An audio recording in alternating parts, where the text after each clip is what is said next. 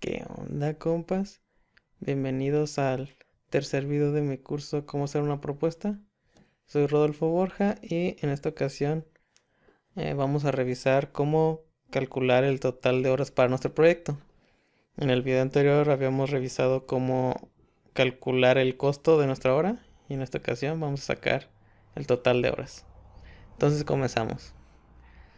Bueno, existen diferentes métodos para estimar un proyecto. Algunos que me vienen a la mente ahorita es el de puntos por función, puntos por caso de uso, el planning poker, que a veces se utiliza en Scrum, etcétera, ¿no?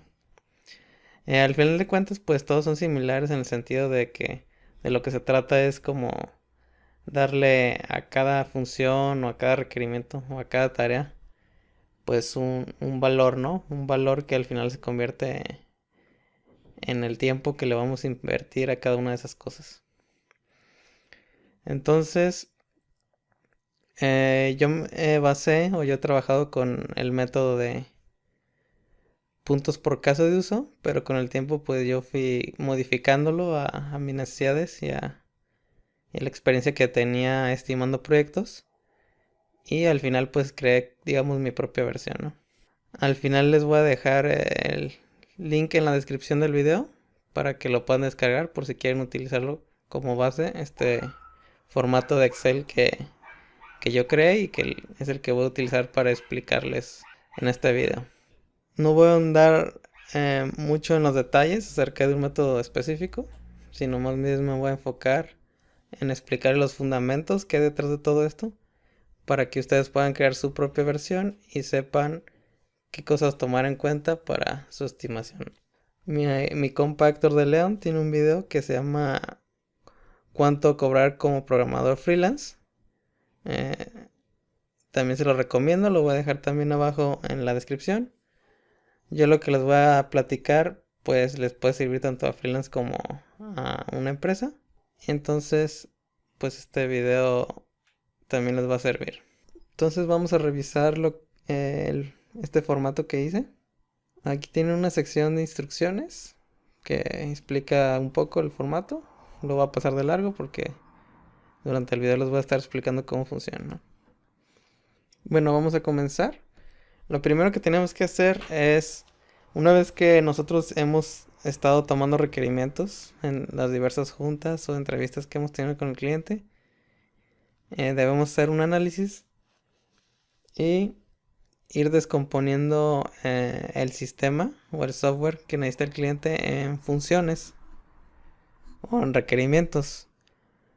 Las podemos dividir en dos grandes grupos. Uno que es los requerimientos funcionales, que vienen siendo todas las operaciones que tienen, digamos, cálculos o entradas y salidas, y que por lo general son las funciones que un usuario puede realizar en el sistema, ¿no?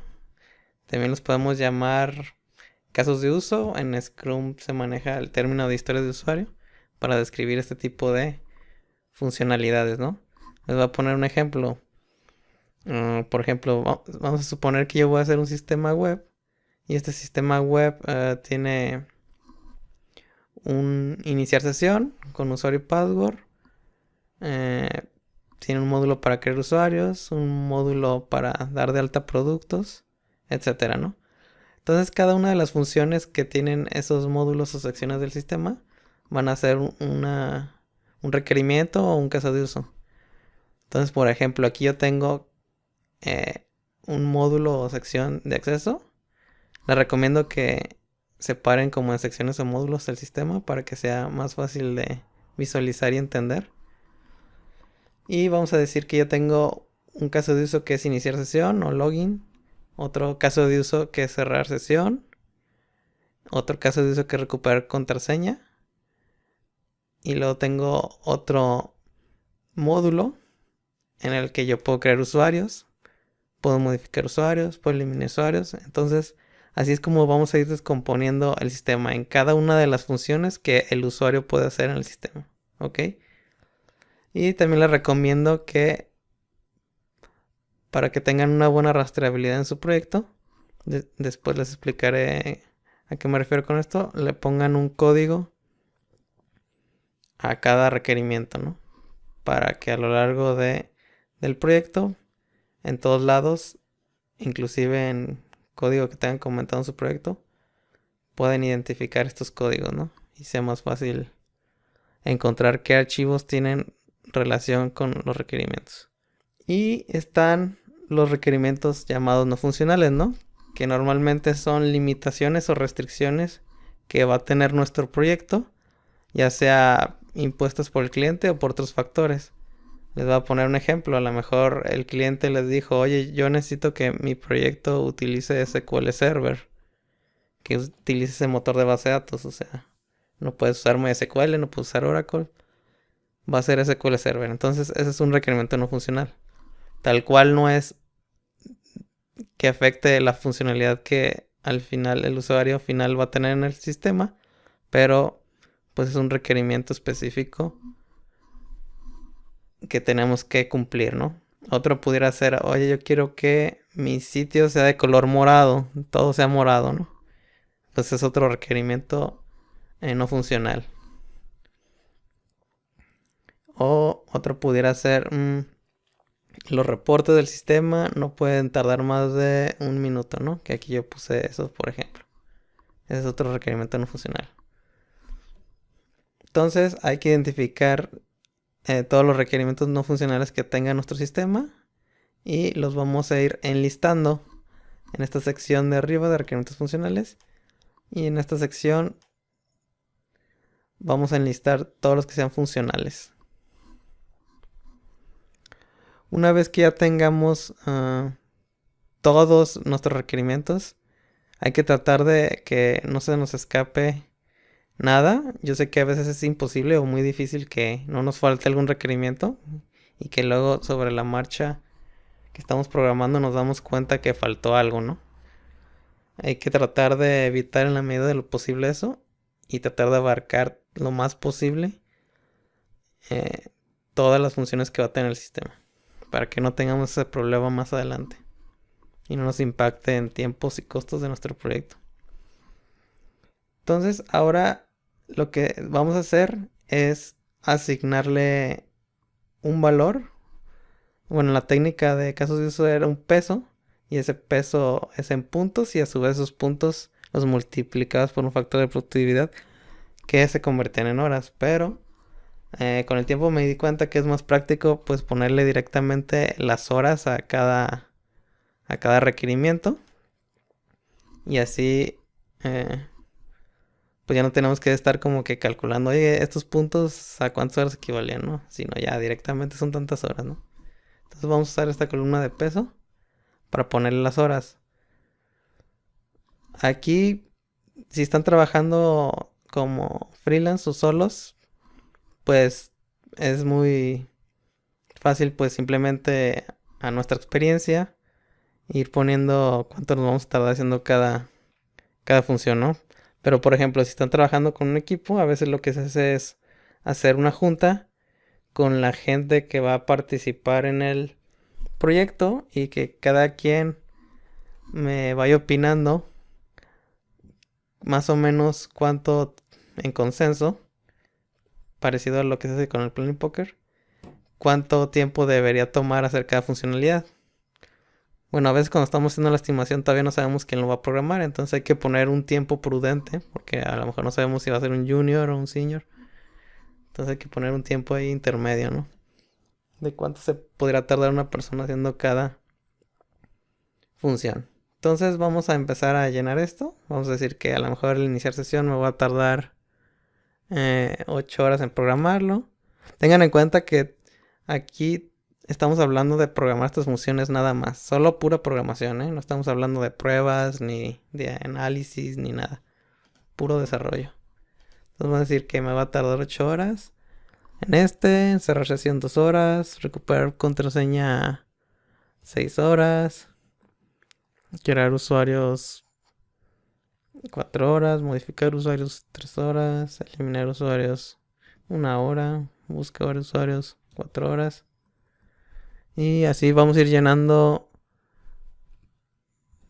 todo nuestro formato en base a lo que pensamos que vamos a tardar. Y bueno, aquí ya voy a poner todo igual, ya para rápido.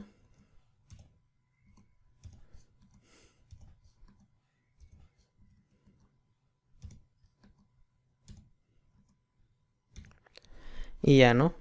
Entonces nos da que nuestro proyecto va a tardar un total de 96 horas. Bueno, le voy a poner más, que va a ser un proyecto un poco más largo.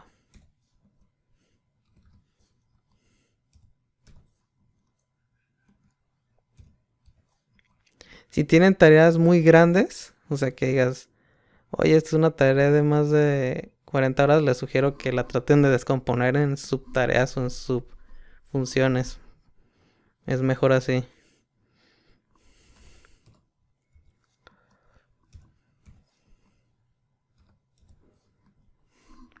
Bueno, entonces tenemos que... Voy a tardar aproximadamente 247 horas programando, ¿no? O el equipo o si soy yo solo, ¿no? Ahora, a los requerimientos funcionales no les he puesto un valor. ¿Por qué?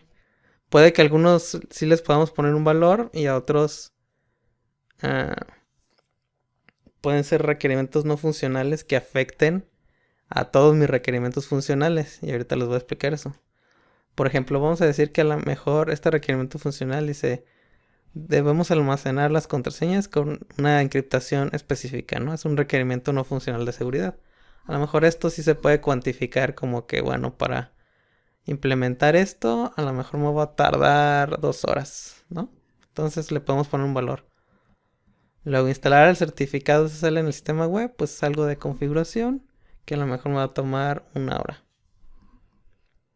Implementar el template de Metronic, estamos diciendo que a lo mejor yo voy a comprar un template o una plantilla con ya un diseño específico y a lo mejor me va a tardar 4 días haciéndolo, es decir, pues aproximadamente 32 horas.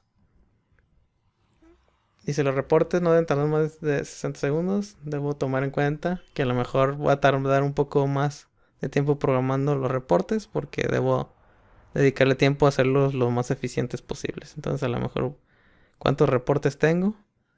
Estoy diciendo que nomás tengo un reporte, entonces a lo mejor hacerlo más eficiente me va a tomar dedicarle unas 2 horas más. Luego, portabilidad, ¿no? Quizá el cliente me dijo, ¿sabes qué? Este sistema web debe funcionar en los navegadores Chrome, Firefox y Safari en los sistemas operativos de Windows y Mac. Siempre hay que ser muy específicos con los requerimientos, no dejarlo a ambigüedades porque luego hay sorpresas que te pueden impactar. ¿Qué tal que yo le puse, oye, debe funcionar en navegadores Chrome o bueno en Safari? Y luego nos dice el cliente, oye, ¿sabes qué? En el Safari de la tablet, del iPad, no se ve bien el sistema. Entonces resulta que el Safari de la tablet no es igual al Safari de la Mac. Y entonces en uno se ve bien, en otro no. Y entonces ahora tienes que invertirle tiempo en arreglar eso. Entonces siempre hay que ser muy específicos en qué y dónde se van a implementar estos requerimientos. Entonces aquí estoy diciendo que en Windows y Mac, ¿no? Inclusive, aunque aquí no lo estoy especificando, hay que poner después en la propuesta, que veremos en el siguiente video, ser muy específico en las versiones. En Chrome, versión 81, en Firefox, versión 56. Porque luego puede que salgan actualizaciones y que en estas actualizaciones algo ya no funciona igual y nos cuesta retrabajo. Entonces, si no somos muy específicos, ahí nosotros tendríamos que quizá absorber ese costo. En cambio, si lo especificamos, le podemos pelear al cliente porque a lo mejor viene en la propuesta, oye, yo lo estimé esto para estas versiones y ya cambiaron las versiones y pues eso yo no te lo cubro en el costo del proyecto.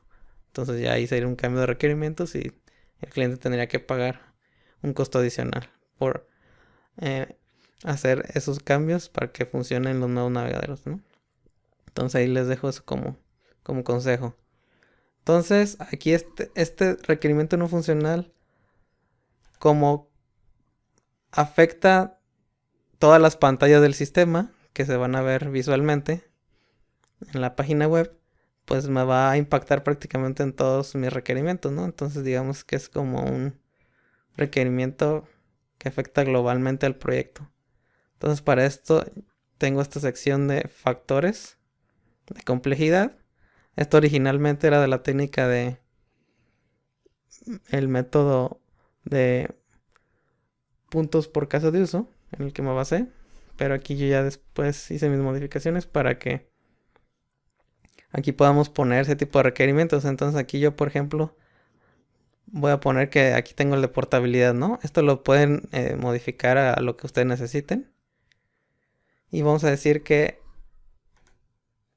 este requerimiento tiene un peso de 10. Aquí hay que ir jugando con los valores para ver que salga algo coherente, que tenga relación, ¿no? Y aquí se va a multiplicar ese peso por un valor o una calificación que nosotros le demos a ese requerimiento de qué tanto nos va a implicar. Le va a dar la máxima, que es 5. Y entonces me da que es un factor cálculo de 50. Ahora si vamos a las horas que yo había puesto, si se fijan, ya todos los requerimientos fueron afectados y se les añadió un tiempo adicional. Entonces ese login, que a lo mejor yo había dicho que era para 8 horas, ahora su peso ajustado o el peso final va a ser de 12 horas. ¿Por qué? Porque a lo mejor ahora yo le tengo que dedicar 4 horas más a ese requerimiento para garantizar que va a funcionar en todos esos navegadores y en esos dos sistemas operativos. Entonces esto afectó a todos los requerimientos y ahora todos los requerimientos tienen un nuevo peso o duración de horas, porque ahora debo garantizar que se cumpla este requerimiento no funcional. Entonces a esto es lo que me refería con requerimientos que afectan globalmente el sistema. Entonces para esto pueden usar esta sección y esta sección, ¿no? De factores. Aquí hay otros factores, los que no necesiten los pueden dejar en 0 o borrarlos, o los pueden cambiar por algo que les haga sentido en su proyecto, ¿no? Yo puse este de ejemplo de portabilidad, ¿no? Pero puede haber otro tipo de requerimientos que les afecte esto. Por ejemplo, si fuera multilingüe, también pudiera ser un factor que afecta todo el proyecto, ¿no? Hacer las traducciones de cada uno de los módulos va a requerir un tiempo adicional. Entonces se pudiera hacer otro. Ahora ya que tenemos todo esto, ya el tiempo real al final se transformó en 407 horas, que venía siendo la suma de todos los requerimientos más la suma de los no funcionales, ¿no? 407 horas. Ahora pasamos a la siguiente sección. En esta sección puede que les sirva del todo o no. Aquí va a variar de qué tanto trabajo hacen en un proyecto, tanto de documentación, pruebas y demás. Si recuerdan, yo les dije al inicio que estábamos tomando en cuenta puras horas de desarrollo, ¿no? Entonces nosotros dijimos que en horas de desarrollo, solo programación, nos vamos a tardar 407 horas. Pero en los proyectos, pues no todo es programación, ¿no? Hay tiempo que le tenemos que dedicar al diseño, si vamos a hacer diagramas, si vamos a hacer la entidad relación de la base de datos, el diseño de la base de datos. También hay tiempo que hay que dedicar a pruebas, o si tenemos gente dedicada a pruebas, o si nosotros mismos vamos a hacer nuestras pruebas. ¿Cuánto tiempo se le debe dedicar? El tiempo que se le dedica a la implementación, allá montar el sistema, a lo mejor le vamos a dar capacitación al usuario, a lo mejor vamos a darle un manual de usuario. Aquí les dejé algunos ejemplos de qué se haría en cada una de estas fases, pero aquí ustedes, pues dependiendo su forma de trabajar, pueden describir qué hacen en cada etapa del proyecto, ¿no? A lo mejor en administración del proyecto tiene que ser el calendario del proyecto, monitorear el proyecto, si hay un project manager, aquí si es un freelance a lo mejor esto no aplica. Y entonces aquí ustedes pueden jugar con estos valores dependiendo de algo que les tenga sentido. Aquí ahorita, bueno, voy a modificar esto temporalmente, nomás para explicar el concepto. Voy a cambiar la fórmula. Voy a poner que el proyecto es de 100 horas. Entonces estamos diciendo que de pura programación es el 65% del total del proyecto. Que esto puede variar, ¿no? Este solo es un ejemplo. Entonces por cada 100 horas de programación yo voy a dedicar 20 horas de pruebas para verificar esas 100 horas de código que programé. Le voy a dedicar 15 horas de análisis para programar esas 100 horas. Le dediqué 1 hora y media de preventa. Preventa son todas las actividades que hacemos antes de que se cierre el proyecto, como esta. Como hacer la estimación, hacer la propuesta, ir a cenar con el cliente. Todo ese tiempo también debemos contemplarlo. como algo que se va a cobrar. Entonces a eso yo le llamo preventa. Todas las actividades que se tuvieron que hacer o todo lo que se tuvo que trabajar antes del cierre del proyecto. Y también el tiempo que se lleva en el seguimiento o monitoreo del proyecto. A lo mejor si le hacen reportes de avance al cliente, etcétera. Aquí yo puse que el 9% del proyecto es puro monitoreo, ¿no? Entonces ustedes pueden ajustar estos valores, o si algo no aplica para ustedes, le pueden poner, por ejemplo, a lo mejor administración del proyecto no aplica y le ponen 0, y entonces aquí tendrían que ajustarlo para que siempre sume 100%. Entonces, por ejemplo, si yo no tengo monitoreo, soy freelance, entonces pues a lo mejor voy a poner que no aplica eso, y ese 9% que estaba ahí se lo voy a poner a la programación, ¿no? Para que nuevamente dé el 100%. Entonces ustedes pueden jugar así con estos valores a como necesiten y su forma de trabajar. Ahora, bueno, voy a regresar esto a como estaba.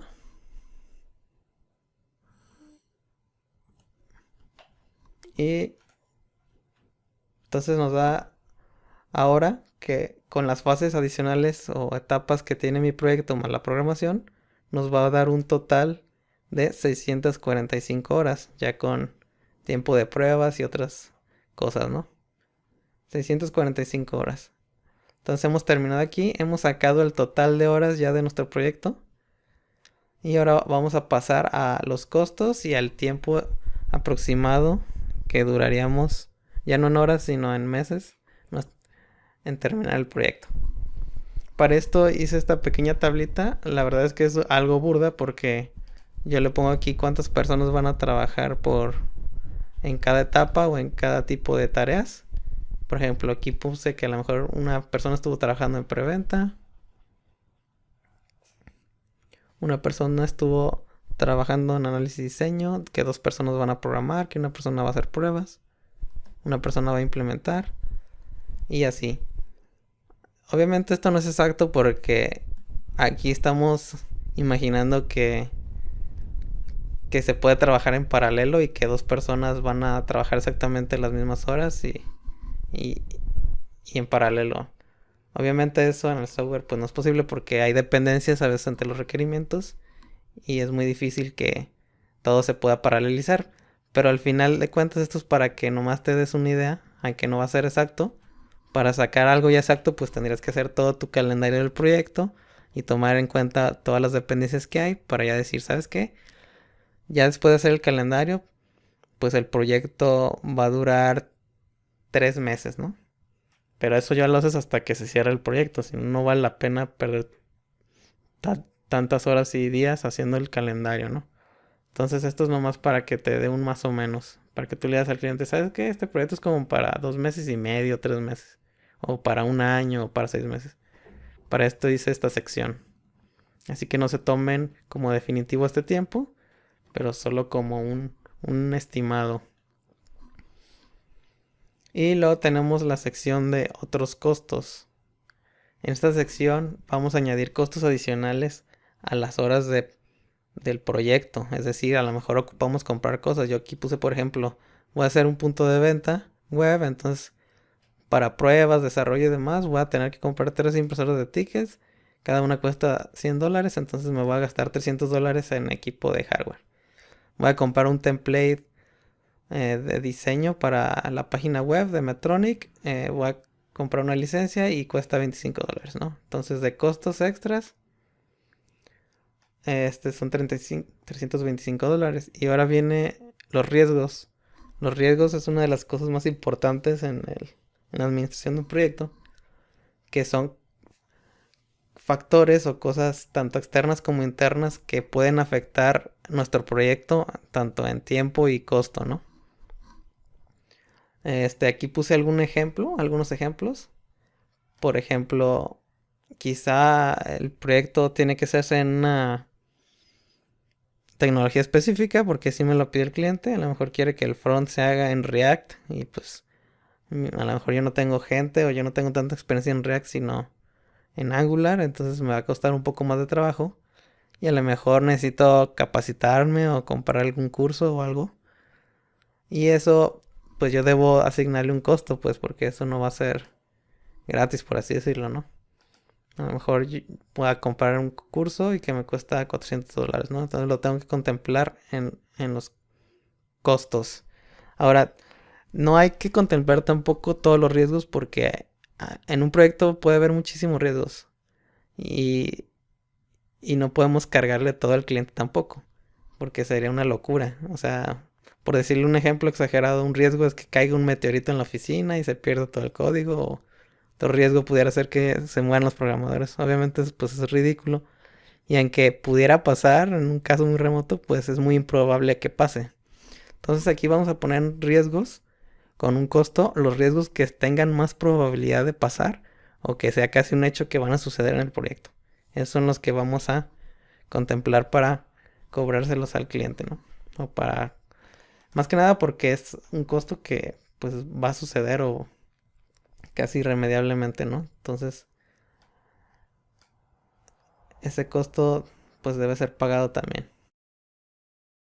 Aquí, por ejemplo, estoy poniendo qué pasa si, como el sistema va a facturar, al SAT se le ocurre, el SAT es la empresa aquí, bueno, el organismo en México que regula los impuestos, se le ocurre cambiar la facturación electrónica. Eso me va a impactar si yo estoy a medio proyecto y ya tenía programado el módulo de facturación electrónica. Entonces, aquí hay que también añadirle un costo. ¿Qué pasaría si lo cambian? ¿Cuánto me podría afectar? En tiempo y en dinero, ¿no? Si a lo mejor me va a afectar esas 2 semanas, pues más a cuánto dinero equivalen 2 semanas, ¿no? De ese trabajo adicional. Hay que contemplarlo. Al final esto de los riesgos viene siendo a lo que también a veces se le llama como colchón, ¿no?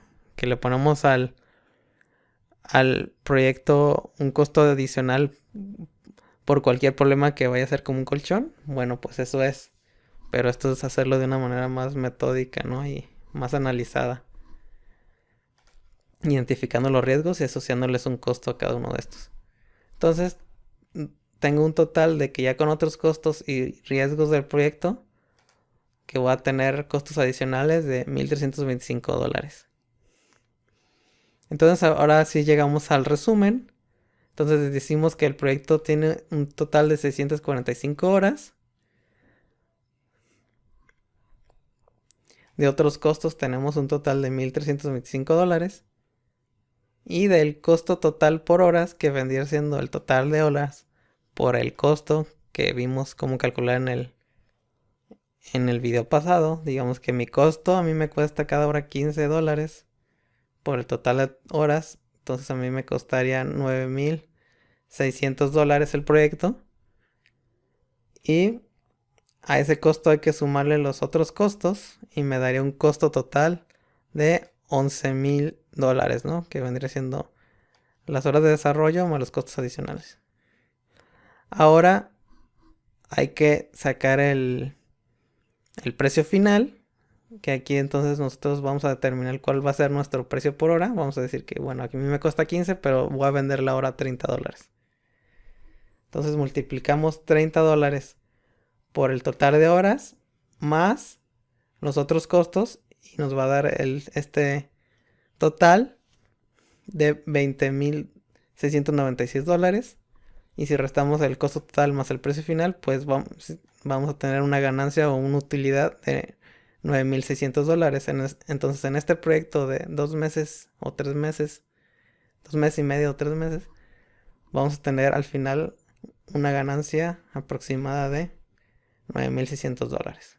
Y este es el precio final que le daremos al cliente, ¿no? $20,000 o bueno, sí, a lo mejor le tienen que agregar impuestos dependiendo de su país. $20,000 más impuestos. Y ya tendremos listo el precio. Ahora lo que restaría sería hacer ya la propuesta para entregársela o presentársela al cliente, que veremos en el siguiente video. Espero que les haya gustado este video y les haya servido. No olviden suscribirse a mi canal, darle la campanita y nos vemos para la próxima, compas.